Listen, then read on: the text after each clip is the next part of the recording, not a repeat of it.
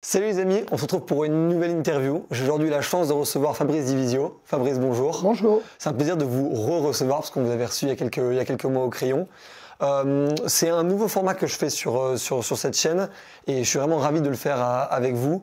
Vous êtes avocat, vous avez fait beaucoup de bruit, notamment depuis le Covid et notamment sur des questions de liberté individuelle, et c'est justement de ça dont j'ai envie de parler aujourd'hui avec vous. On va commencer avec une petite capsule de 60 secondes où vous répondez avec le moins de mots possible. Vous pouvez évidemment faire des commentaires dessus, mais c'est pour avoir à peu près un ordre d'idée de votre personnalité sur certains sujets.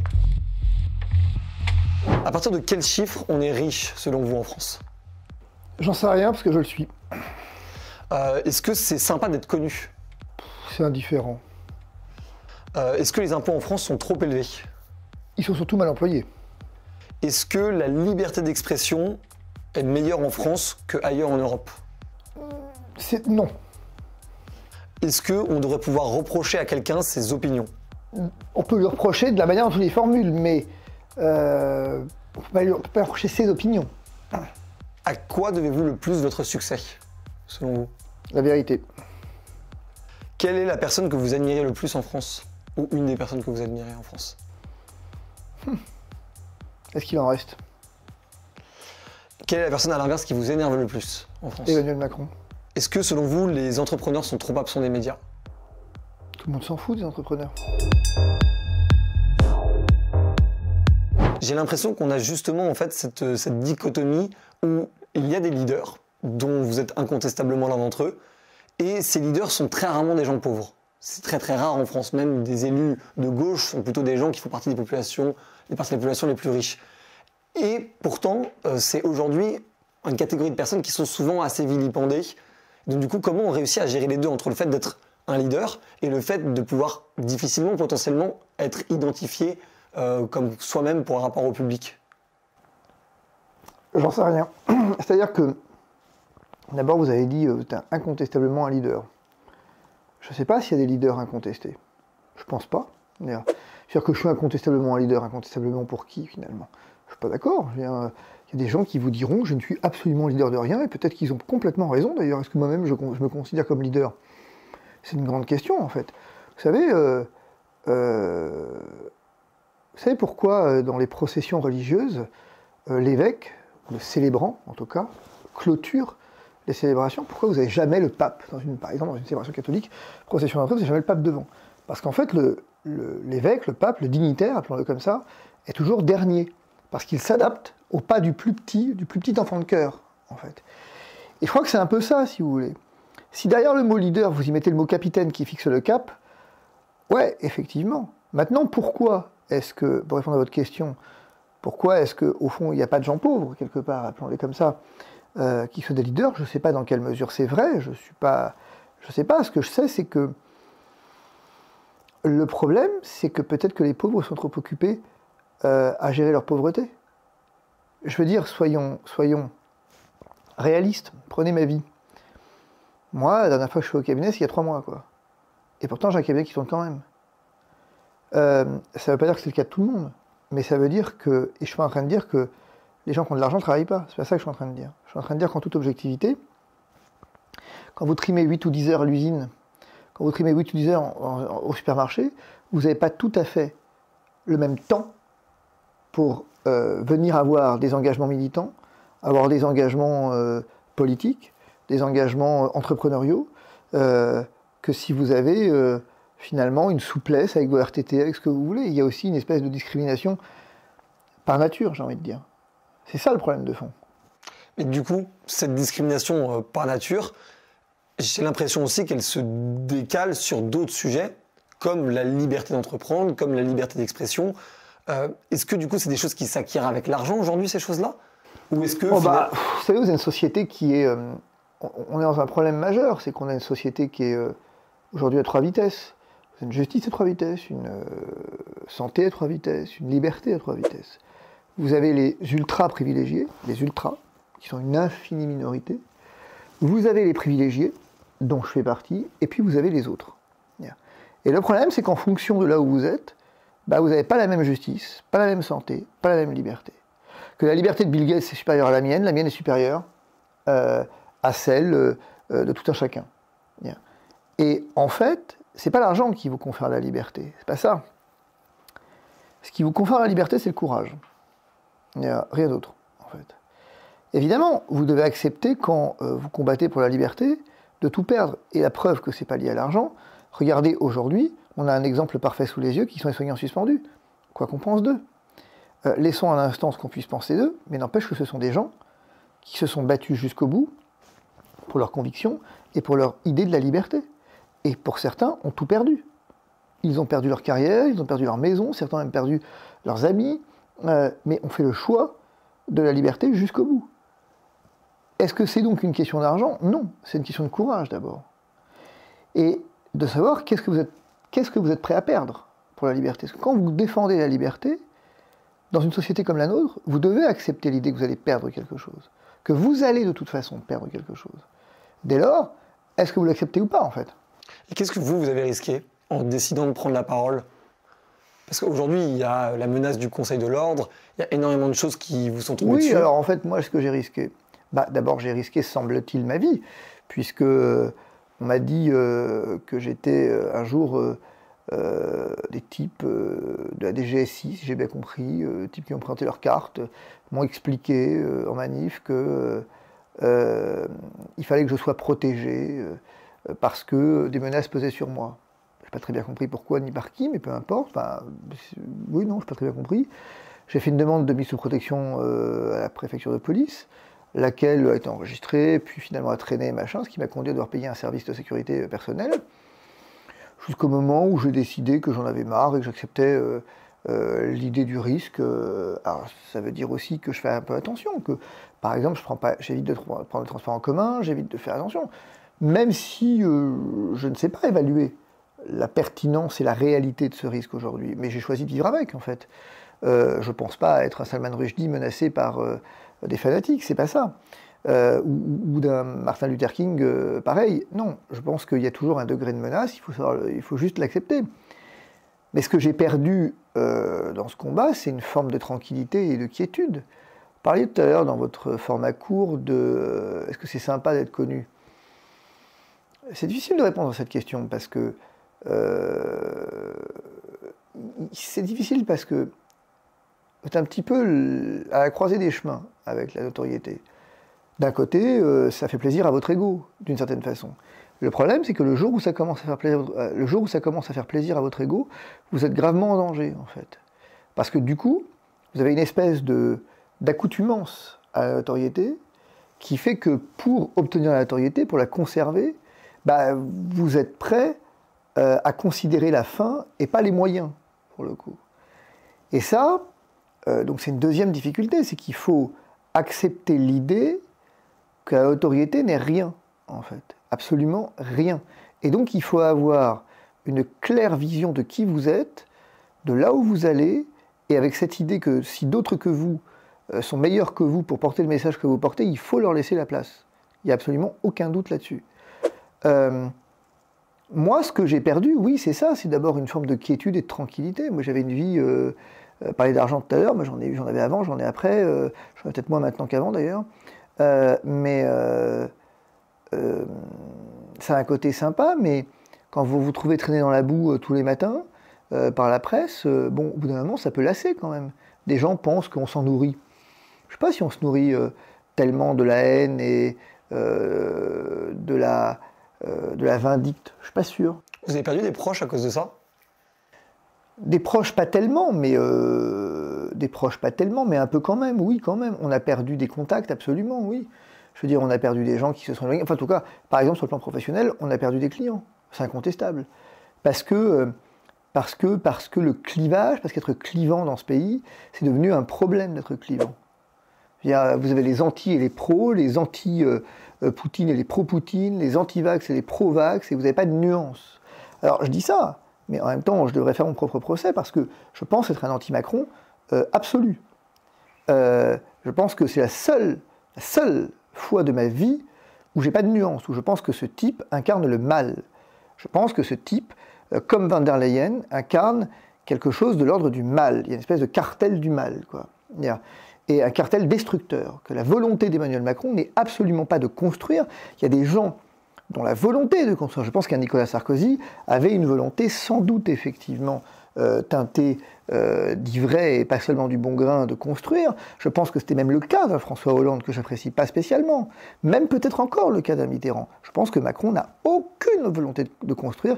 Il a une volonté de diviser pour régner ou faire régner. Voilà. Et ça, c'est un vrai problème. Et c'est ce qui a motivé mon engagement, si vous voulez. C'est important parce que mon engagement, il est passé d'un engagement sanitaire à un engagement politique. Non, mais c'est vrai. Mais en fait, parce qu'il a basculé dans le politique à partir du pass, en réalité. Si la France n'avait pas connu le pass sanitaire, mon Dieu, je serais resté à un statut de lanceur d'alerte peut-être, d'avocat engagé sans doute, mais certainement pas d'opposant politique farouche et prêt effectivement à véritablement monter un parti politique pour aller prendre le pouvoir. Parce qu'à un moment donné, c'est ça l'idée.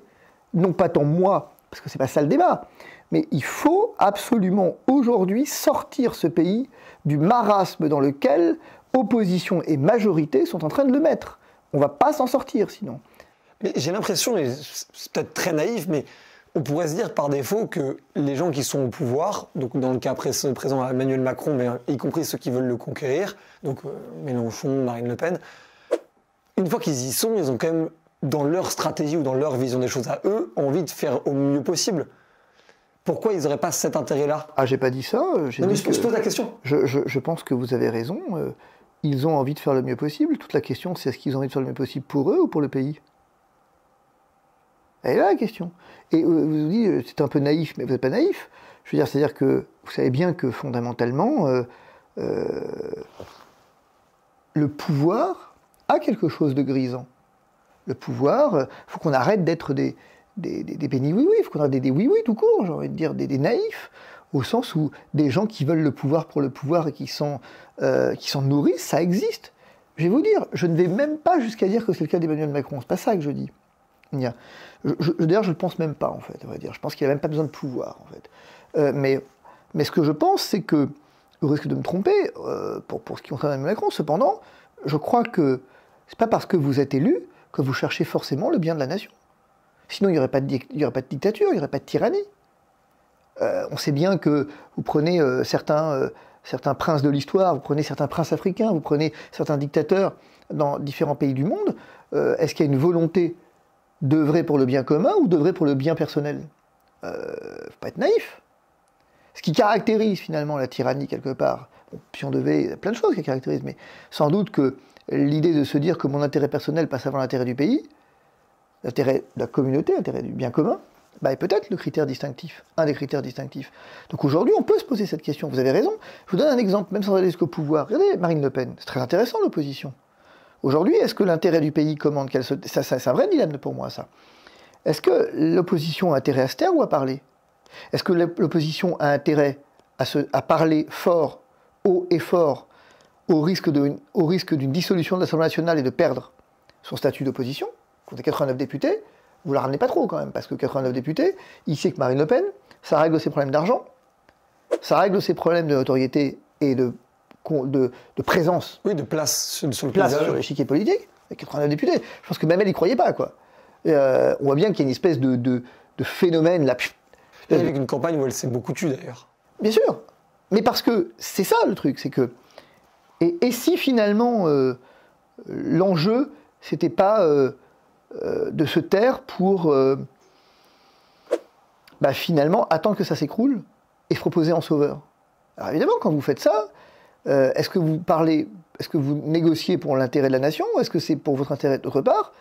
Est-ce que demain matin, si Emmanuel Macron prenait en France, Emmanuel Macron arrive et dit écoutez, vous me saoulez les gars là, je veux dire, vous commencez à me saouler avec vos conneries, j'ai plus de majorité et ça me saoule qu'il va mettre les Français dans leurs responsabilités, avec une campagne de communication un peu habile, ce qu'il sait faire, il dissout l'Assemblée, qu'est-ce qui se passe? Est-ce qu'aujourd'hui, demain matin, dans un an, mettons 6 mois, Emmanuel Macron dissout l'Assemblée, revoit les députés devant le peuple, est-ce que concrètement on aura encore ce résultat? Qui peut le prédire? Non, c'est pas certain. Et ils risquent en plus d'être très différents, même sur les 3 grosses forces politiques. Complètement. Je veux dire, et donc, si celui qui a le plus à y perdre, est-ce que c'est Emmanuel Macron ou est-ce que c'est l'opposition actuellement qui a un statut en or? Vous imaginez Marine Le Pen, elle est appelée par Elisabeth Borne, elle a une voiture, elle a des avantages qu'elle n'a jamais eu. Le Front National, ça fait combien de temps qu'ils essayent? Depuis 86, quoi. C'est quoi, c'est 86? Ou même à 86 avec la proportionnelle, on n'était pas à ça. Ils ont obtenu, il faut mesurer de quoi on parle. On a un scrutin majoritaire. Rappelez-vous que la proportionnelle, elle a toujours été pour faire émerger. Une majorité. Une majorité. Et la proportionnelle a toujours été pour faire émerger, en tout cas, le Front National. On a dit, il ne faut pas le faire parce que sinon, on va avoir des équilibres, machin. Là, boum, scrutin majoritaire, 89 députés. La proportionnelle, ils en ont eu 200, quoi. Et donc, on fait quoi maintenant? Si vous voulez, ce que j'ai appris, moi, au fur et à mesure de ma culture, de ma modeste culture, c'est qu'on ne fait pas une révolution pour changer le pouvoir. On fait une révolution pour prendre le pouvoir. C'est bien différent. Mais dans ce cas-là, comment on réforme? Parce que je le dis à titre d'entrepreneur, parce que moi, c'est la vie que je mène, j'ai quand même ce vrai sentiment qu'un entrepreneur ferait mieux que énormément d'administration publique. Et Macron avait un peu vendu ce truc-là. Beaucoup de gens, d'ailleurs, n'y ont pas cru, et rapidement, tout le monde a déchanté. Ça... Mais de fait, il y a un étatisme français quand même. Ça, c'est une vision des choses. Je l'ai longtemps partagée. Qu'est-ce qui vous a fait changer d'avis? C'est que c'est ce que veut faire Emmanuel Macron, précisément. Paradoxalement, je vais vous dire. En fait, Emmanuel Macron, c'est très compliqué. Vous avez raison de souligner qu'un entrepreneur ferait mieux dans bien des cas. Prenez le ministère de l'économie, prenez n'importe quelle entreprise, si un type gère si un type qui gère plus mal que Bruno Le Maire, le ministère de l'économie, ça, je demande à voir. Il faut lui décerner un prix quand même. Non, mais je prends juste l'exemple de Élise, l'application pour la présidentielle que nous, on avait créée. On a fait mieux que les propagandes de campagne à 4 types de moins de 25 ans. Quoi. Mais bien sûr, mais je peux vous donner un autre exemple. Le dossier médical personnalisé. Ce truc-là sur lequel tout le monde s'arrache les cheveux, qui a coûté bientôt le PIB de la France. Quoi. Vous avez un type, là, Adnan El Bakri, de Innovelf, qui s'appelle plus comme ça maintenant d'ailleurs, qui est un chirurgien libanais, franco-libanais, qui a décidé qu'il fallait peut-être lancer un truc qui ressemble... Il ne l'a pas appelé comme ça, mais l'idée est celle-là. Il a levé des fonds, il a des investisseurs, et il a créé un truc qui va être la sécurité sociale 2.0, en fait en Afrique. Il était le vendre en Afrique, par exemple, qui a une nouvelle carte vitale, finalement, quelque part d'Afrique. Et quand il a appelé le ministère, vous savez, solution, moi je l'ai, hein. On peut peut-être essayer de voir ce qu'on peut faire. Non, on a nos équipes, machin. Mais oui, mais parce que, en fait, vous ne pouvez pas opposer les entrepreneurs et l'administration publique. C'est là où vous vous trompez, je crois. C'est qu'au fond, l'État n'est pas une entreprise. Il lui faut les moyens de l'entreprise, le savoir-faire de l'entreprise, la souplesse de l'entreprise. Quand il a des projets, c'est le principe des appels d'offres. Bien sûr. Mais il doit avoir une rigueur qui est celle de l'État et du bien commun. Et si vous voulez, ce que vous dites, vous avez raison, mais pourquoi je vous dis que c'est ce qui me pose problème chez Emmanuel Macron? On voit bien que le libéralisme, il y a une espèce de fantasme du libéralisme. Ça fait plaisir, le libéralisme. Il y a toujours une espèce de côté un peu grisant du libéralisme. Et c'est vrai, et on a raison de le dire. Cependant, vous remarquez que quand on applique mal le libéralisme, on veut appliquer des règles de l'entreprise à des secteurs qui ne sont pas des secteurs marchands. Quand vous avez l'hôpital aujourd'hui, l'hôpital, le gros problème de l'hôpital, c'est qu'on lui a appliqué les règles de management et de gestion de l'entreprise, plus exactement d'une certaine entreprise, ou d'une certaine catégorie d'entreprise. Parce que là aussi, on pourrait débattre. Vous me parlez de l'entrepreneur, mais c'est quoi un entrepreneur? Est-ce que LVMH est encore un entrepreneur? C'est une question intéressante. Est-ce que Bernard Arnault est encore un entrepreneur? Est-ce que Elon Musk est encore un entrepreneur?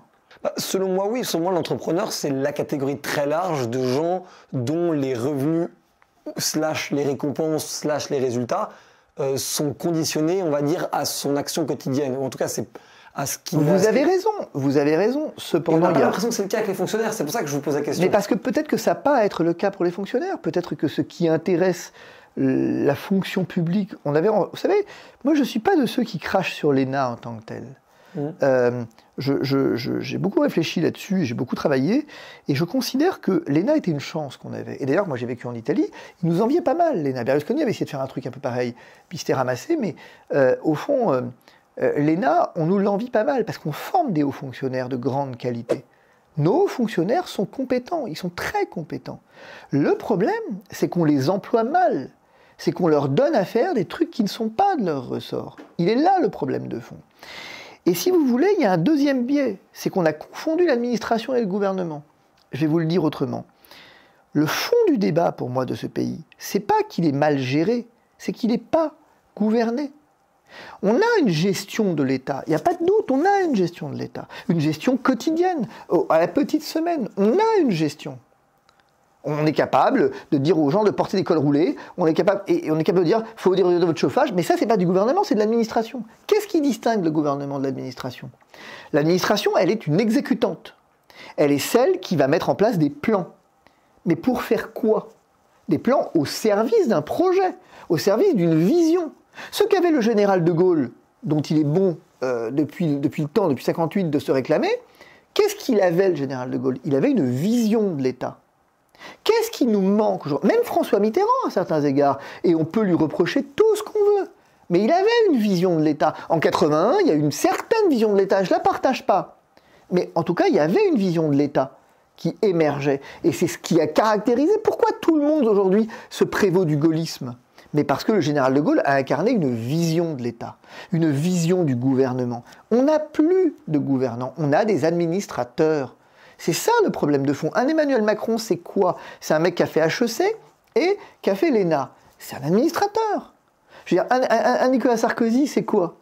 C'est un type qui est avocat, c'est-à-dire qui est entrepreneur, sans doute, mais qui finalement est d'abord un type qui administre au quotidien. Et c'est là où vous vous trompez sur un point. Le chef d'entreprise, c'est une grande question de savoir si, parce qu'il est chef d'entreprise, il serait plus qualifié pour gérer un État. Eh bien, je ne crois pas. Il serait peut-être plutôt gouvernant dans ce cas, le chef d'entreprise. Je provoque un peu exprès, hein, mais c'est... C'est une question qui est complexe, parce que l'entreprise, si vous voulez, l'État-entreprise, j'y crois pas. L'État, il est... Parce que, qu'est-ce que vous faites dans une entreprise quand vous avez des mecs qui ne sont pas productifs? Ouais, on les vire. On les vire. Eh bien, c'est exactement le problème. C'est exactement ce qui conduit à une inégalité criante au sein de l'État. L'État, il est d'abord celui qui prend soin des plus faibles. Et c'est ça, en fait. Pourquoi on a parlé de l'État-providence? On l'a moqué, on l'a adulé. Mais il y a quelque chose de vrai dans l'État-providence. Il y a cette idée selon laquelle il y a un bien commun, et que le bien commun n'est pas la somme des biens individuels, et qu'il y a une communauté. C'est pour ça que je vous ai dit tout à l'heure, moi je paye des impôts extrêmement élevés, et pour le coup, c'est pas ça qui me pose un problème. C'est pas... D'ailleurs, je suis un très mauvais gestionnaire, parce que j'ai pas de niche fiscale, parce que j'ai rien, et que c'est pas ça. Et je dis pas que j'ai raison d'ailleurs, je dis que j'ai pas eu le temps de m'en occuper, mais mon problème, il n'est pas de payer un impôt. Mon problème, il est de considérer que d'un côté, je paye un impôt qui me coûte une fortune, mais que de l'autre, mes enfants sont en école privée parce que c'est absolument insupportable de les mettre en école publique, que finalement, si on veut se faire soigner, il faut un dépassement d'honoraires absolument colossal si vous voulez des rendez-vous corrects à peu près partout en France, que vous n'avez plus aucun service public, que vous n'avez plus... Enfin, à un moment donné, du coup, vous vous dites, mais attendez, effectivement, là où je vous rejoins, c'est qu'une entreprise gérée comme ça, c'est une entreprise qui est mise en faillite. Mais la vérité, c'est qu'on a fait exactement l'inverse, parce que pendant ce Covid, par exemple, on a maintenu sous perfusion des entreprises qui auraient dû faire faillite. Et bien peut-être que c'est le problème de l'État aujourd'hui, c'est qu'il devrait faire faillite. Peut-être qu'il faut accepter cette idée que l'État est en faillite et qu'il faut donc passer à autre chose. Et comment passer à autre chose du coup? Parce que dans la faillite d'une entreprise, c'est très simple. On la ferme et soit on en réouvre une activité similaire, soit juste on fait autre chose de sa vie. Mais l'État, vu que ça régit les hôpitaux, l'éducation... Bah ouais, mais peut-être qu'il faut assumer de dire qu'on n'a plus les moyens de payer les hôpitaux. Peut-être qu'il faut assumer de dire qu'on n'a plus les moyens. Peut-être qu'il faut assumer, au fond, de dire qu'on n'a plus les moyens de nourrir l'immigration, qu'on n'a plus les moyens de nourrir le chômage, et qu'on va entrer dans une société d'austérité complète. Parce que c'est la faillite. Et que du coup, il va falloir que les gens se démerdent. Alors c'est terrible de dire ça, mais qu'est-ce que vous voulez faire d'autre? Si vous prenez... Enfin, Fillon avait dit, l'État est en cessation des paiements. Si c'est le cas, parce que vous savez à quoi ça conduit, si on continue comme ça? À une hyperinflation. Et vous savez à quoi ça conduit, l'hyperinflation? Guerre civile. À la guerre civile. Or, je pense qu'on n'en est pas loin. C'est pour ça, d'ailleurs, que j'ouvre une parenthèse et je la referme. L'histoire de la guerre en Russie. Enfin, à un moment donné, arrêtez de de vous cacher derrière votre doigt. Le problème, il n'est pas d'aller soutenir l'Ukraine. En soi, c'est un choix politique, on peut le débattre 1000 ans, c'est un choix politique. Il faut qu'il soit approuvé par la représentation nationale, mais c'est autre chose. Non, c'est que si faire la guerre à la Russie, c'est vous priver d'un bien substantiel sans avoir prévu de plan B pour l'énergie, vous allez créer une tension, du coup vous allez mettre à mal votre population et vous exposer tôt ou tard à un retour de bâton assez violent, sauf à instaurer une dictature, si vous voulez. Vous êtes dans un engrenage qui n'a pas de fin, là. Parce que l'État est dans une fuite en avant. Pourquoi ? Eh bien peut-être parce que la politique, vous savez, là où vous avez à mon avis tort, c'est que la politique, elle n'est ni une économie de marché, ni une science, mais une philosophie. Qu'au fond, la première vertu de l'homme politique est d'abord celle de l'amour de la sagesse, d'être un philosophe. C'est Athènes. Hein. Et c'est le philosophe roi de Platon. C'est le philosophe roi de Platon, mais c'est Athènes, c'est Aristote, c'est Socrate, c'est la cité athénienne. C'est ça, à un moment donné. On peut tempérer, mais aujourd'hui, au fond, quand je parlais de vision tout à l'heure de l'État, peut-être qu'on a le droit de se demander, c'est quoi un État ? Parce que si un État, c'est jamais qu'un marasme économique, et que c'est jamais que, au fond, une espèce, comme vous le disiez, de marasme qui fait mieux, qui fait moins bien que le privé, ok ? C'est pas une vision, ça. On peut se poser la question de quelle est notre vision. Et en fait, là où je peux vous rejoindre d'une certaine façon chez l'entrepreneur, celui qui fait fortune, quel est le point commun, au fond, entre un Elon Musk, un Bill Gates ou Bernard Arnault à certains égards même, c'est qu'ils ont eu des visions. Ce sont des visionnaires, des gens qui ont un projet. Pas seulement un projet, mais une vision. Vous voyez ? Et donc, ils incarnent quelque chose. Qu'est-ce qu'incarnent nos hommes politiques contemporains ? Plus rien. Est-ce que ça deviendra potentiellement eux, des dirigeants d'État de demain ? J'espère que non. J'espère que non. Parce que... Leur influence grandit quand même, mais au-delà c'est de tout leur le influence problème. économique. Mais bien sûr qu'elle grandit, mais parce que nécessairement elle grandit, parce qu'ils sont des modèles de réussite. On pourrait se poser la question d'ailleurs en cherchant un tout petit peu, en ouvrant une parenthèse, est-ce qu'on pourrait encore être Bill Gates aujourd'hui ? C'est une question intéressante, de se poser la question, est-ce que demain matin, vous, moi, alors moi je suis plus vieux que vous, mais vous, je veux dire, quelque part, est-ce que ici présent, là, votre boîte, est-ce que le matin vous avez des jeunes qui arrivent, qui ont 25, 26 ans, et est-ce qu'ils pourraient être encore porteurs d'une idée absolument qui va révolutionner le monde ? Parce que soyons bien clairs, alors Bill Gates, on dit qu'il l'a piqué, machin, ok, on laisse tomber tout ça. Mais je veux dire, il y a cette idée, où prenez Steve Jobs, ces idées, elles ont révolutionné. Alors on peut débattre de savoir si c'était bien, si c'était mal, mais n'empêche qu'elles ont marqué l'histoire, elles ont révolutionné. Elon Musk, il a révolutionné quelque chose. Bernard Arnault, il a révolutionné quelque chose. Donc, je pense qu'il y a quand même des industries comme le Web 3, comme la cybersécurité, comme les énergies propres ou la technologie propre, qui sont porteurs de très gros marchés et donc potentiellement de vision de la société. Ouais, mais qui sont quand même... mais c'est une question intéressante. Bien sûr. Est-ce que l'ère des visionnaires n'est pas finie ? Mais est-ce que les visionnaires, c'est lié aussi peut-être à un courant d'époque, en fait, aussi, où on se projette. Là, c'est peut-être aussi qu'on est dans un défaitisme ambiant énorme aussi, quand même. Ou alors, dans une saturation ambiante. Qu'est-ce qui nous manque ? Est-ce que vous êtes capable de répondre à cette question ? Est-ce que vous êtes capable de vous demander ce qui vous manque ? De quoi est-ce que j'ai besoin, finalement ? Et qu'est-ce que je cherche ? Parce que finalement, dans les années 70, quelque part, au moment de l'émergence de l'iPhone, ou en tout cas disons ça comme ça, du smartphone, au moment de l'émergence de l'ordinateur, on avait une conscience de tout ce qui nous manquait. Aujourd'hui, est-ce qu'on a encore cette conscience ? Est-ce qu'on a une conscience collective de ce qui nous manque ? C'est une bonne question. Je suis peut-être la personne moins bien choisie pour répondre parce qu'avec l'entrepreneuriat, je ne suis peut-être pas parmi les gens les plus symboliques de la population, mais moi je trouve que ce que vous dites est intéressant sur le côté aujourd'hui, on a du mal à imaginer ce qui nous manquerait. Là où à l'époque, on le comprenait plus aisément. Je pense qu'aujourd'hui, on est plus presque dans une ère de l'optimisation que de la rupture, en fait, que l'innovation de rupture.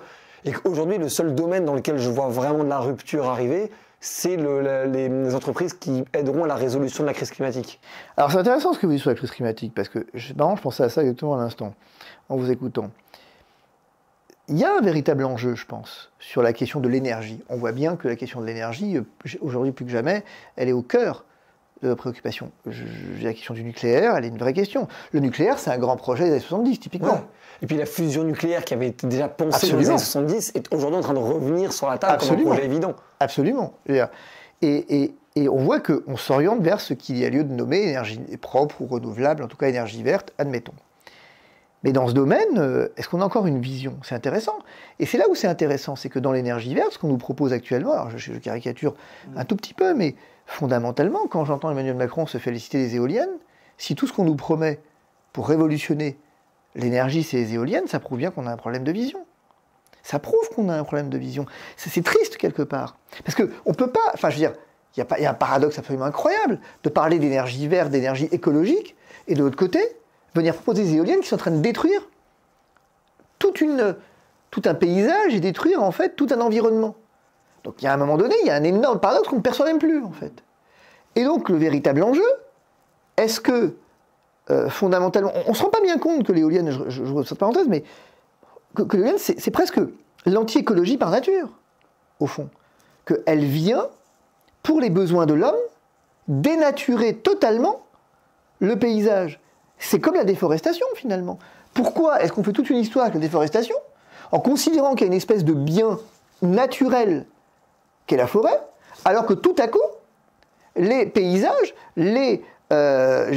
tout ce qui est patrimoine naturel ne constitue plus un bien souverain auquel il faudrait porter atteinte de manière extrêmement modérée, mais qu'on peut utiliser à souhait pour les besoins de l'homme. Comme l'éolienne, du coup. Comme l'éolienne. Ça sort d'où, ce truc?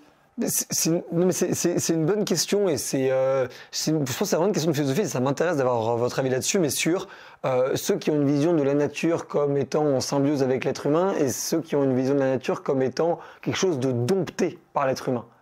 Et j'ai l'impression qu'il y a justement en fait un peu et d'ailleurs, ce qui est intéressant, c'est que même dans les climato-convaincus, ceux qui sont les plus fervents défenseurs du climat, il y a deux camps par rapport à cette vision des choses. Le camp de ceux qui veulent protéger la planète en continuant de la dominer telle qu'on l'a toujours fait, et ceux qui expliquent que c'est parce qu'on l'a dominée qu'on en est arrivé là. Ah, moi je pense qu'il faut revenir. Vous avez d'abord un élément très clair, c'est qu'au fond, c'est qui est au service de l'autre. Reprenons le débat. Vous avez une nature, vous avez d'une manière générale un environnement, appelons-le comme ça, qui préexiste à l'homme et qui va lui subsister. Très probablement. Très probablement. Tel que c'est parti, ça va aller assez vite. Mais maintenant, il est incontestable que l'environnement sans l'homme n'a aucun intérêt quelque part. C'est-à-dire que, est-ce que mon intérêt en tant qu'homme, c'est de protéger l'environnement, ou est-ce que c'est pour lui-même, ou est-ce que c'est de le protéger comme ressource, au sens littéral du terme, pour l'humanité? Mais on voit bien que si je dis ça, c'est que ce sont qu'une ressource pour l'humanité. Et vous parliez de l'entreprise, reprenez votre schéma d'entreprise. Quand vous avez un capital dans l'entreprise, est-ce que vous avez envie de le dilapider? La réponse est non. Mais est-ce que ce capital va dormir? La réponse est non. Vous allez investir. Et là, elle est là la clé. C'est qu'au fond, il faut aujourd'hui impérativement comprendre que l'environnement est au service de l'homme, mais que c'est un capital dont l'homme ne peut pas se passer, et si il tape dans son capital, ou s'il ne l'exploite pas en investissant, il va faire exactement comme notre exemple dans l'entreprise, à un moment donné, il va péricliter. Et c'est ça qui est en train de se passer finalement. Ce qui est en train de se passer, c'est qu'au fond, on a joui sans entrave, mais excusez-moi, mais moi je ne considère pas que l'éolienne ne soit autre chose qu'une jouissance sans entrave. Je ne considère pas que la voiture électrique et l'exploitation des mines en Afrique soit autre chose qu'une jouissance sans entrave. Je ne considère pas que l'iPhone soit autre chose qu'une jouissance sans entrave. Ce qui interroge dès lors autre chose, c'est la question du progrès.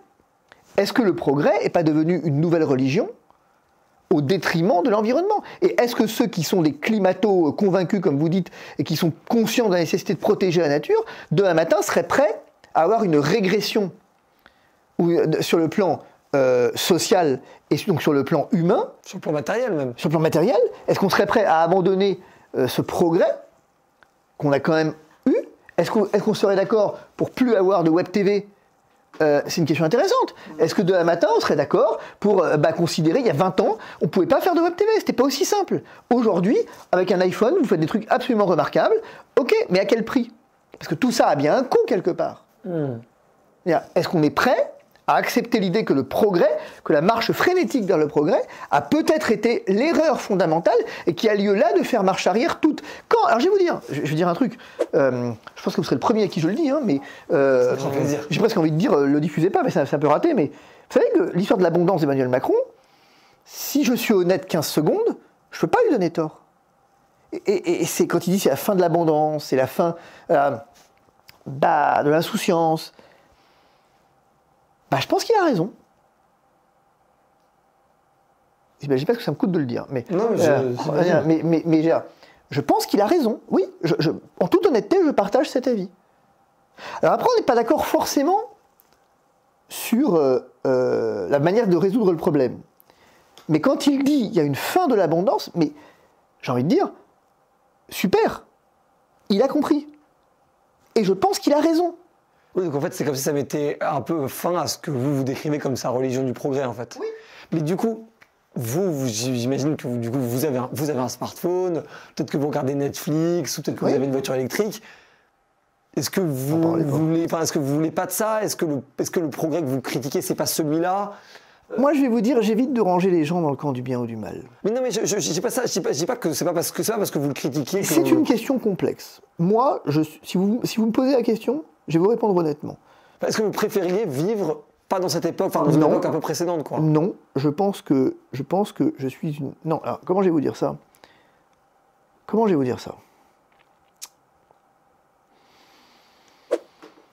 Moi, j'ai 3 enfants, 20 ans, 18 et 17. Je pense que j'ai raté un truc. Mais c'est de ma faute, je l'assume complètement, si vous voulez. Fait ce qu'on peut, mais je pense que je l'ai raté, effectivement. Je pense que j'ai raté.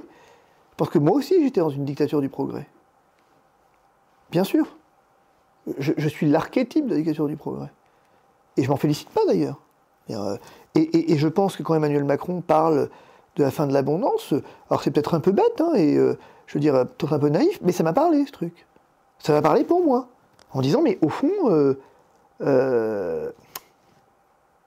et s'il avait raison? Enfin, il a raison, encore une fois. Pas s'il avait raison, il a raison. C'est un constat qu'il a fait.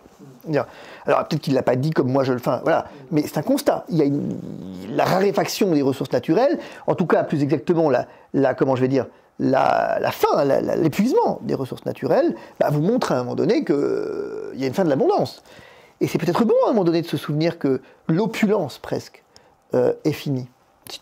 Bien sûr que c'est provocateur, parce qu'il y en a beaucoup pour qui elle n'a jamais commencé. Ce que j'allais dire, mais oui, je comprends très bien. Mais n'empêche que, collectivement et globalement, ça permet de construire des fusées, des Netflix, voilà. des Facebook. Mais est-ce qu'on avait besoin de Netflix? Est-ce qu'on avait besoin de fusées? C'est une question. J'ai pas la réponse en tant que telle. Est-ce qu'on s'est pas laissé piéger à un moment donné? Est-ce qu'à un moment donné, on n'a pas eu une espèce de... Vous savez à quoi ça me fait penser? Je reprends votre exemple d'entreprise. Il y a toujours un risque avec les startups, par exemple. Nous, on a accompagné pas mal de startups au cabinet, et j'étais assez fasciné de voir que, au fond, les startups, vous avez 2 catégories, celles qui décollent jamais et qui meurent de leur belle mort, et puis vous avez plusieurs catégories, mais en tout cas, il y a 2 que nous avons rencontrées. C'est parmi celles qu'on a rencontrées, il y a celle-là qui monte, et qui sont une espèce de roller coaster, ouais. De roller coaster, ouais. Et puis, à un moment donné, on n'a pas anticipé un truc, et s'effondre en une nuit, quoi. Moi, j'ai des startups santé qui ont tout perdu à cause d'investissements en bourse complètement ridicules et stupides, mus par un mauvais conseil, mais aussi par une dictature, par une volonté de toujours plus de progrès vite, en fait, parce que c'est ça l'idée, d'avoir une espèce d'émulation. Et qui, à un moment donné, c'est le syndrome Société Générale, quoi, avec Kerviel. On veut faire plus, donc on crée des leviers ultra dangereux. C'est ça, je veux dire, où finalement, accepter de tout perdre. Est-ce que c'est pas ça? Est-ce qu'on n'a pas considéré le progrès un peu comme porteur d'une espérance nouvelle, d'un bonheur nouveau? Et est-ce qu'il ne faut pas, on pourrait raccrocher les wagons ensemble, est-ce qu'au fond, aujourd'hui, vous n'avez plus de médecins, vous n'avez plus de prêtres, vous n'avez plus de pompiers, vous n'avez plus d'infirmiers, vous n'avez plus de profs? Alors tout le monde dit parce qu'ils sont mal payés. Ouais, peut-être. Mais si c'était plus grave que ça, et si c'est parce que, au fond, aujourd'hui, être médecin, pompier, infirmier, prêtre, ça fait plus triper, quoi. Qu'il vaut mieux être start-upper, il vaut mieux peut-être être trader. Mais j'ai un problème, hein, j'ai un problème très concret. Moi je suis d'accord, moi je prends juste l'exemple des prêtres. Moi je viens d'une éducation catholique, mais je suis finalement assez peu croyant. Aujourd'hui, c'est une vie où j'ai toujours été fasciné par ceux qui choisissaient cette vie. Ça me paraît extrêmement éloigné de ma vision du monde. Mais peut-être, mais en fait, là où je suis étonné à quel point je me sens éloigné de ça, en fait. Ouais, c'est une question intéressante, hein, parce que c'est une question intéressante parce que vous voyez, moi j'ai un problème en ce moment très concret. Vous voyez à quel point on peut parfois, quand je vous dis victime, je vous donne un exemple, une de mes filles, cavalière de grand talent pour le coup, et elle veut faire carrière dans le cheval. On sait tous que carrière dans le cheval, c'est un risque majeur quand même, et on sait tous que le risque de se casser la gueule, très grand également. Il est quand même, voilà. Donc on lui dit quoi? On lui dit ok, pas de problème, mais fais du droit, tu vas venir bosser avec nous en soupape de sécurité. Mais dire ça, c'est déjà mettre un doigt dans le système, quoi. Ouais. De la même façon, on a... Et ça a été, je le dis, ça a été aussi le problème et une erreur de choix de beaucoup de monde d'avoir fait ça. J'ai beaucoup d'amis qui avaient des passions et qui ont fait justement carrière dans le système et qui n'ont jamais été excellents dans le système et n'ont jamais fait d'école de leur passion parce qu'ils n'étaient jamais à fond aussi. Exactement. Et ce que vous décrivez, c'est ce que je vis moi en ce moment, je vais vous dire. Parce que c'est très amusant ce que vous décrivez, parce que moi j'ai une espèce de dilemme d'intellectuel, ou je ne sais pas, appelez-le comme vous voulez. Moi, c'est comme ça, j'ai une vraie compétence à cheval, et j'ai un vrai talent, je dirais à cheval. Enfin, j'exagère, mais en tout cas, il y a un truc, quoi. C'est pas moi qui le dis, donc comme c'est moi qui le dis, je peux le dire. Mais le problème, c'est que, est-ce que j'accepterais demain de tout quitter? Alors bien sûr, je le dis, moi je veux quitter, ouvrir une écurie. Ouais, après vous regardez combien gagne un mec qui a une écurie, puis vous regardez combien je gagne. Vous faites la différence entre les deux. C'est ça qui est très compliqué, en fait. Et peut-être que le véritable enjeu de ces crises successives, c'est aussi de nous faire réfléchir collectivement à cette question. Et je viens à ce que je voulais dire là-dessus,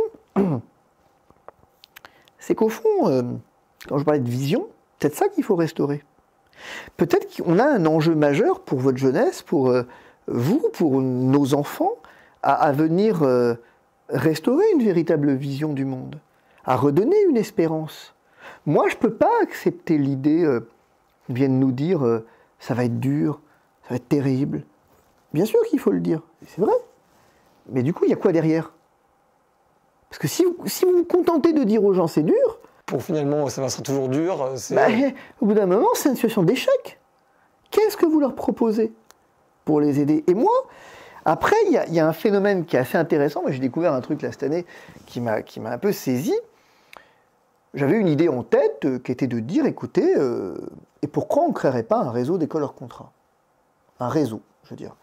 Au sens où une espèce de... J'avais utilisé une franchise, quoi, presque. On met en place une cahier des charges et on dit, il ne s'agit pas du tout de défier l'école, mais on dit, on va y réfléchir collectivement, en tout cas. Et plutôt des écoles Montessori, du coup, j'imagine. Pas forcément, mais en tout cas, l'idée de dire, moi, ce qui m'intéresse, c'est de réfléchir, de comment faire réfléchir nos enfants le plus tôt possible au sens des choix qu'ils font, sans les endoctriner, mais véritablement à interroger les choix. Vous savez, moi, j'ai une formation en philo, mais j'ai animé sur une tranche 20-25 ans 2 grosses conférences auxquelles je ne voulais pas aller, je ne voulais pas les animer, parce que j'étais persuadé que ça ne servait à rien, qui étaient quels sont les critères du choix libre. Et je dis, je vais arriver devant des jeunes qui sont tous à HEC, en l'occurrence. Je veux dire, pour les uns, les autres étaient à Polytechnique, et je veux dire, je suis devant un parterre quand même de gens ultra privilégiés. Évidemment qu'ils vont me rire au nez quand je vais leur rappeler les critères d'un choix libre depuis Aristote. Eh ben, quelle surprise! Quelle surprise! Personne n'avait idée de quels sont les critères d'un choix libre. Je ne parle pas de la vaccination, c'est presque accessoire. Je ne les ai même pas, vous pouvez me les citer. Ouais. En fait, les critères du choix libre, le premier critère, en fait, c'est d'abord le discernement. Être capable de se libérer de ses passions, de prendre de la distance par rapport à ses passions, on parlait de la passion tout à l'heure, d'être capable de prendre de ses distances par rapport à ses passions pour entrer dans un schéma de raison. Et donc pour ça, il vous faut déjà une première étape qui est celle du discernement. Et ensuite, une fois que vous avez fait ça, eh bien, il y a la nécessité de consulter des maîtres, ce que les sages appelaient la consultation des maîtres. Ce qui va poser un vrai problème. Est-ce qu'il y a encore des maîtres à consulter ? Et est-ce que la société ne va pas tellement vite que les maîtres sont dépassés avant de pouvoir devenir maîtres ? Exactement, et c'est un énorme problème. Et est-ce que je suis capable de me reconnaître disciple ? Mon épouse a une formation un peu plus poussée que la mienne en philo, parce qu'elle était enseignante, mais elle avait en 4e année une année de transition qui s'appelait la TMD, la transmission de maître à disciple. J'aime beaucoup cette formule, la transmission de maître à disciple, où en fait, en 4e année, les 4e années étaient des maîtres qui transmettaient à des disciples qui étaient les premières années ou les 2e années. Et en fait, c'est intéressant ça. Est-ce qu'il y a encore des maîtres, est-ce qu'il y a encore des disciples ?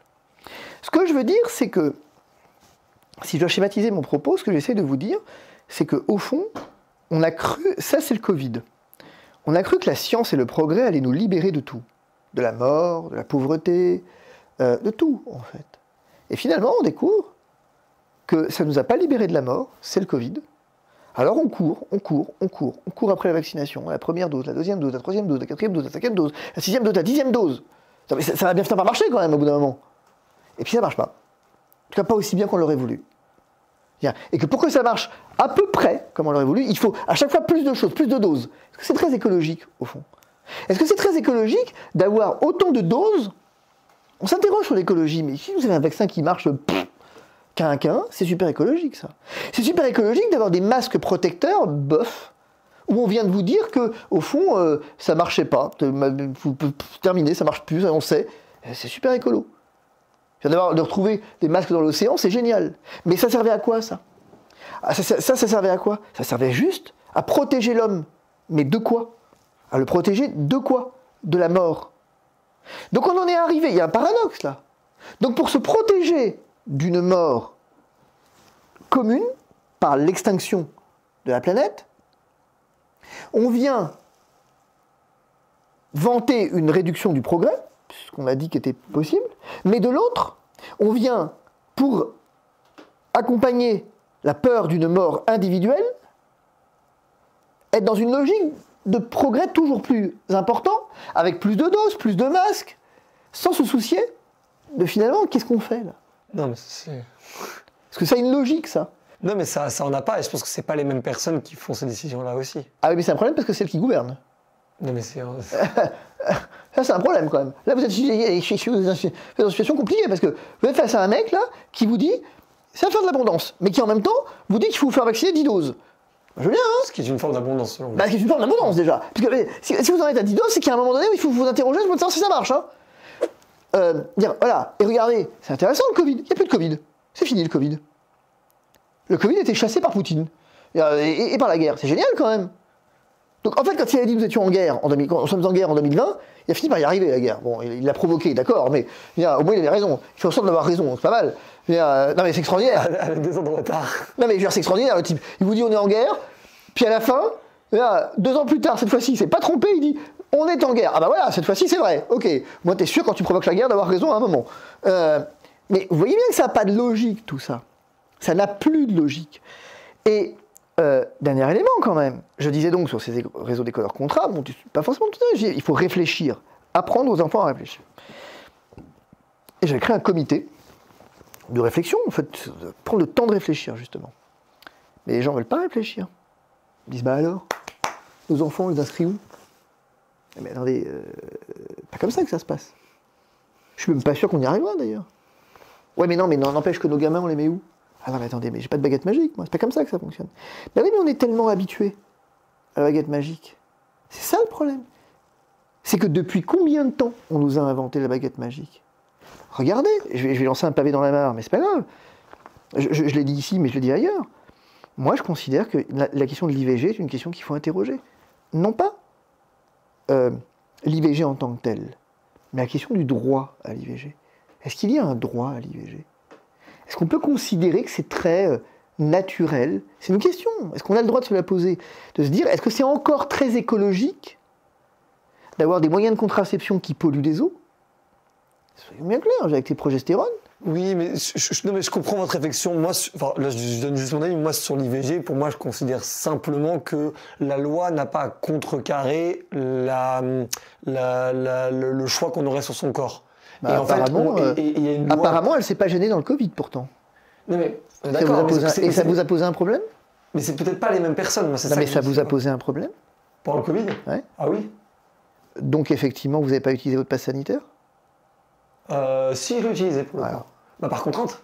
Bah, par contrainte. Donc, vous reconnaissez que l'État a exercé une contrainte sur vous et que vous l'avez respectée? Ah, clairement. D'accord. Bah, donc, vous n'avez pas dénié le droit d'exercer une contrainte. Mais l'État exerce aussi une contrainte que je ne traverse pas au feu rouge.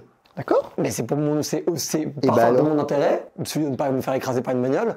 Parfois, ça l'est de manière discutable, comme pour le Covid. Parfois, ça l'est, selon moi, de manière assez. Non, mais si vous voulez, ce que j'essaye de vous dire dans le cadre de l'IVG, qui est un. Non, mais bien sûr. Peut-être un mauvais exemple d'ailleurs, mais ce que j'essaie de vous dire, c'est que je ne suis pas sûr qu'induire l'idée qu'on ait un droit inconditionnel à l'IVG vienne être tout à fait conforme à une logique qui soit une logique de fin de l'abondance et de fin de l'insouciance. J'en suis pas sûr. Vous savez, j'évite bien soigneusement d'avoir des réponses tranchées sur des problèmes complexes. Bien sûr. Mais il faut toujours s'approcher de ça à genoux, comme sur la question du suicide assisté, tout ce que vous voulez. Il faut s'en approcher à genoux. Il faut éviter les anathèmes et éviter de blesser des gens. Ça, c'est le premier point. Et le deuxième point, il faut quand même interroger le concept, enfin, les systèmes en lui-même. Vous voyez ?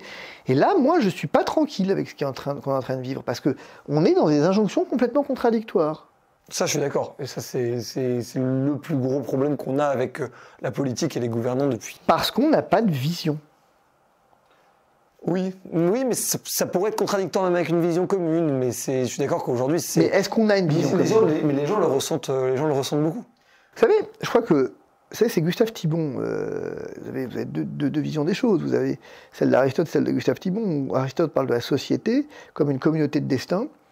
Et vous avez Gustave Thibon qui vous dit qu'il n'y a plus de communauté de destin, vous avez des factions inorganisées où l'une dévore l'autre, quoi. C'est un peu ça l'idée. C'est-à-dire qu'aujourd'hui, on n'est plus sur une dissociété que sur une société. On n'a plus de destin commun. Mais peut-être parce que, au fond, et là où vous avez un truc à jouer, une carte à jouer, à mon avis, on a une carte à jouer dans cette fin de l'abondance. Mon épouse dit quelque chose, ma merveilleuse épouse dit quelque chose de complètement, enfin c'est complètement fou à quel point c'est intelligent. Elle dit la politique, enfin elle dit les problèmes ont commencé le jour où tu t'es plus occupé de ton voisin âgé, mais des personnes âgées. J'aime beaucoup cette image. J'aime énormément cette image. Elle dit le jour où tu as déshumanisé et où tu as déresponsabilisé. Elle dit notre responsabilité, est-ce qu'elle n'est pas d'abord de prendre soin de l'autre plus proche? Et est-ce qu'on a besoin de l'État pour prendre le soin de l'autre? Et j'aime beaucoup cette façon qu'elle a d'interroger les choses. Où elle dit à un moment donné, est-ce que c'est pas nous qui sommes responsables d'avoir voulu déléguer à l'État? Alors on reproche à l'État de ne pas satisfaire un certain nombre de missions. Mais en même temps, est-ce que c'était à lui de les prendre? Est-ce qu'au fond, est-ce qu'on n'a pas... La réponse est complexe, mais est-ce qu'on n'a pas failli dans une mission? Et j'aime beaucoup cet exemple de la personne âgée. Je trouve que c'est un très bon exemple aussi. Je trouve la métaphore est très bonne. Et j'aime beaucoup, alors elle vaut ce que valent les métaphores, mais j'aime beaucoup l'idée qui consiste à dire, est-ce qu'à un moment donné, au fond, on n'a pas une espèce de déresponsabilisation personnelle au nom d'une espèce de Léviathan qui serait censé, ou de Providence en l'occurrence ici, qui serait censé pourvoir tout pour nous? C'est une vraie question. 3 citations et vous faire réagir à ces 3 citations, ça m'intéresse beaucoup. La première, c'est celle de Henry Ford. Si jamais j'avais demandé à mes consommateurs quel produit ils veulent, ils m'auraient dit un cheval qui va plus vite et pas une voiture. Forcément. Qu'est-ce que ça vous inspire? Qu'il a complètement raison. Qu'il a complètement raison. Est-ce que c'est ça la vision finalement? Bien sûr. Lui avait une vision. Bien sûr. C'est ça l'incarnation de la vision. C'est quelqu'un qui est capable de dire « je sais ce qui manque ». Et comment on sait? On sait ou on ne sait pas. On sait ou on ne sait pas. Je pense que c'est ça qui fait le génie. Vous voyez, alors, parmi quelqu'un que j'admire en France, je ne sais pas si je l'admire, mais Cyril Hanouna, avec qui je suis devenu, vous savez, assez proche, et tout le monde dit que c'est de la flagornerie, mais pas du tout. Je suis fasciné par ce garçon. Il a un génie Enfin, genre, ce type est génial, quoi. Il a une vision. Alors, on peut ne pas aimer TPMP, on s'en fout. Mais est-ce que vous avez une autre émission du même genre qui cartonne autant, quoi? Est-ce que vous avez un face à Baba? Le mec, il a fait 1,5 million, 1,5 million de téléspectateurs sur une émission politique de 3 heures. Les mecs, ils n'arrivent pas à la faire en 20 minutes, quoi. Même les shorts de TikTok, ils font pas 1 million de téléspectateurs en politique. Lui, il a fait tenir les gens 3 heures. Ça, c'est une vision. Et je lui avais dit à l'époque. C'était la meilleure émission du PAF pour la présidentielle. Mais bien sûr. Mais ça me saoule. Mais ça me saoule qu'il ait eu raison. Mais ça me saoule qu'il ait eu raison. Parce que je lui avais dit, quand il en avait parlé, je lui ai dit, mais c'est de la merde ton projet. Ça fonctionnera pas. Et donc ça me saoule d'avoir eu tort. Mais au-delà de ça, quand j'ai regardé la première, j'ai dit, mais c'est pas possible, ce type est véritablement un génie, quoi. C'est un génie de la télé. Il a une vision. On peut ne pas la partager et on s'en fout. C'est pas ça le débat. Mais son concept TPMP, c'est tellement stupide que c'est génial, quoi. Non mais je veux dire, c'est d'une simplicité tellement évidente, ce truc. Il prend des types qui ont un avis sur tout mais qui connaissent rien. Et après, là-dedans, il mêle des types qui connaissent un peu. Et du coup, il passe pour... Alors, je vais vous dire un truc, hein. C'est vraiment... TPMP, c'est au royaume des aveugles, les banques sont rois, quoi. Vous avez des types qui connaissent rien, mais qui ont un avis sur tout, avec leur pancarte, oui, non, bon, ok, d'accord. Et après, vous avez des experts, prétendus tels, qui sont là, avec des anciens du KGB, vous ne savez pas trop pourquoi, comment c'est ancien du KGB, vous ne savez pas, mais qui dit Poutine envoie ma vie, parce que Poutine, quand il envoie ta vie, tu peux sur TPMP le dire. Non, mais je veux dire, voilà, c'est pas grave. Hein. Le type, il dit, je suis des services secrets, je suis tellement secret que je le dis sur TPMP, c'est l'émission à mort regardée du PAF, mais c'est pas grave. Et ça marche. Ouais, une vision, ouais. Ouais, je suis d'accord. Le plus grand risque, c'est de n'en prendre aucun. Dans un monde qui change si rapidement, la seule stratégie qui mène à coup sûr à l'échec est celle de ne rien tenter. De Zuckerberg. C'est le loto. 100% des gagnants ont tenté leur chance. Après... Est-ce qu'il n'y a pas ce risque loto, du coup, aussi? C'est-à-dire de regarder le biais du survivant, de regarder les survivants et se dire il fallait tenter. Je sais pas. Le loto, c'est un vrai problème. C'est un vrai problème. Vous imaginez pas le nombre de fois où ce truc m'a fasciné, où j'ai essayé de jouer. Mais pourquoi j'ai jamais gagné à ce truc? Je comprends pas. Non mais, blague à part, c'est une frustration ce truc. On était deux, je vous promets, on était deux. On a acheté les billets en même temps de je sais pas quoi de truc de merde là. On a dépensé 100 balles. Pourquoi le mec à qui je les ai achetés a gagné 100 000 € et pas moi? Non mais c'est un truc de fou quand vous y pensez. C'est un bon résumé finalement.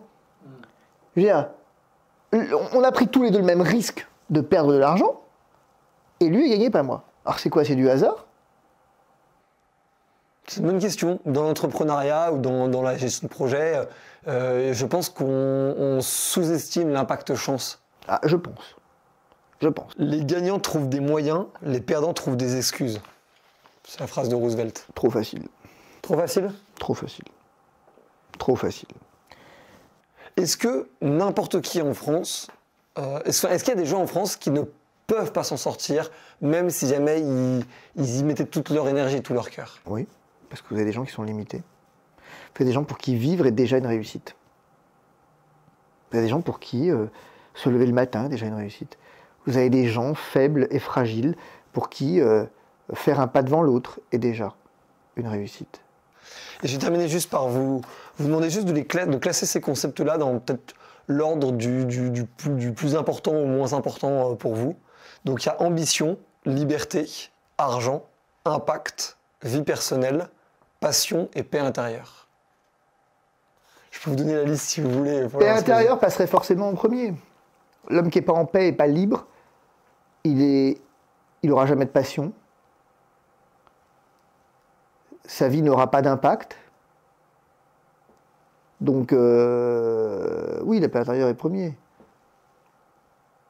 Deuxième, évidemment, la liberté, parce que la paix intérieure vous conduit à être libre. L'homme en paix est toujours un homme libre.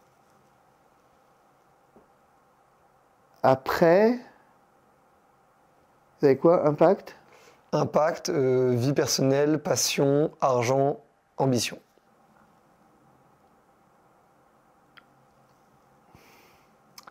Passion, forcément. être des passionnés, c'est important.